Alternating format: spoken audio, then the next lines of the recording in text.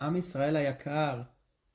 כולנו התרגשנו מהקריסה של סוריה שבעקבותיה כבשנו את הר החרמון. אכן זו הרגשה נפלאה לדעת שאנחנו שולטים על כל הר החרמון, ואכן זו שליטה אסטרטגית נפלאה. ידוע שהגשמיות משתלשלת מהרוחניות. ואם כן, אז מהו המסר שהקדוש ברוך הוא רוצה להעביר לנו, בכך שנתן לנו כעת לפני הגאולה את השליטה על הר החרמון? ובכן, נתבונן בהיסטוריה של הר החרמון, ובעזרת השם נזכה לראות את הקשר של כיבוש החרמון כשלב בדרך לגאולה. הר החרמון מוזכר לראשונה בספר חנוך, בו מסופר על המלאכים בפרשת בראשית, שירדו לארץ וחמדו לקחת להם נשים מבנות הארץ ולהוליד להם ילדים, וזה לשונו. ויאמר אליהם שם חזאי והוא נשיאם, יראתי פן תמענו לעשות את הדבר הזה, והייתי אני לבדי נושא העוון הגדול. ויענו כולם ויאמרו, השבע נשבע כולנו והתקשרנו בחרם כולנו בינותינו לבלתי סור מן העצה הזאת, ובה נעשה את המעשה הזה. אז נשבעו כולם יחד והתקשרו ביניהם בחרם, ויהיו כולם 200 מלאך, וירדו בימי ירד על ראש הר החרמון, ויקראו להר חרמון כי בו נשבעו והחרימו ביניהם. כלומר, חרמון מלשון החרם.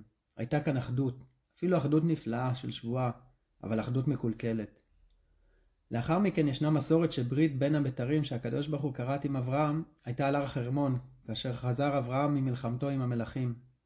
כאן כבר נזכרת ברית שמתחילה תיקון לברית המקולקלת.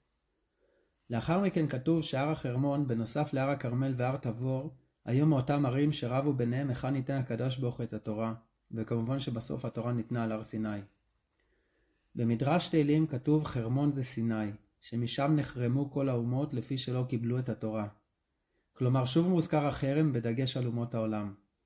רק כאן החרמון כבר מוזכר כהר שהוא לעומת זה של הר סיני, וכבר כאן אפשר לראות את הקשר הראשוני למתן תורה ולגאולה. במדרש ילקוט המחירי לישעיהו כתוב, עתיד הקדוש ברוך הוא להוריד את ירושלים בנויה מן השמיים ולהעמידה על 4 ראשי ערים, על הר סיני ועל תבור ועל חרמון ועל כרמל. כלומר, בגאולה הקדוש ברוך הוא יוריד את בית המקדש, ירושלים של מעלה, על 4 ראשי ערים, וחרמון הוא אחד מהם. מה הר החרמון מסמל עבורנו? בתהילים פרק קל"ג יש בסך הכל 3 פסוקים. הנה מה טוב ומה נעים שבט אחים גם יחד. כשמן הטוב על הראש יורד על הזקן, זקן הארון שיורד על פי מידותיו, כטל חרמון שיורד על הררי ציון, כי שם ציווה השם את הברכה חיים עד העולם. הטל שיטו הקדוש ברוך הוא מחיה את המתים, הוא גם הטל שיורד על הר חרמון, וגם על ציון שירושלים.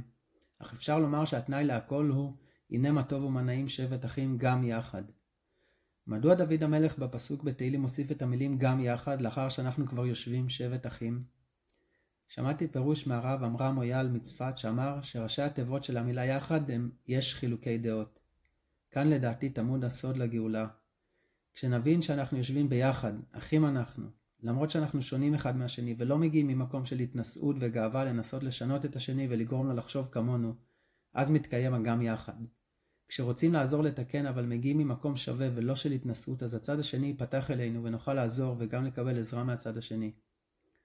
הבעל שם טוב הקדוש אומר שכשרואים רע באדם אחר עלינו לדעת שהרע הוא גם אצלנו ועלינו לזכור זאת. מצד שני כן יש רע בעולם, אז איך נדע להבדיל? התשובה היא שכשרואים רע ועולה מיד מחשבה מה עלינו לתקן, אז הרע שבחוץ הוא נותן לנו אפשרות לתקן אותו. אם לא עולה לנו מיד המחשבה הזו של התיקון, אז עלינו לדעת שאותו רע קיים גם אצלנו. בנוסף, היחד מסמל את ההסתכלות על השני בגובה העיניים ולא בהתנשאות. הקדוש ברוך הוא נמצא בכל יהודי באופן שווה. אם אנו רואים אדם שיש לו מעלות יותר טובות מאיתנו, כמו צדיק גדול או אדם עשיר בממון, אז בטח שלא נתגאה עליו. מצד שני, אם יש לנו זכות לקיים מצווה ולעזור לאדם אחר, או בממון או בהשקפות יותר טובות, אז למעשה הוא עושה לנו טובה ונותן לנו את הזכות לקיים את המצווה ולהתחבר לבורא עולם.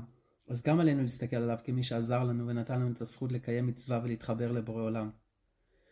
ואז שנעשה זאת נזכה להתבונן נכון על העולם, שזו תשובה אמיתית. ואז אותו הטל שיורד על הר חרמון שמבטא את בעלי התשובה שהתהפכו מאחדות שלילית לחיובית, הוא ירד גם על הררי ציון ונזכה לגאולה.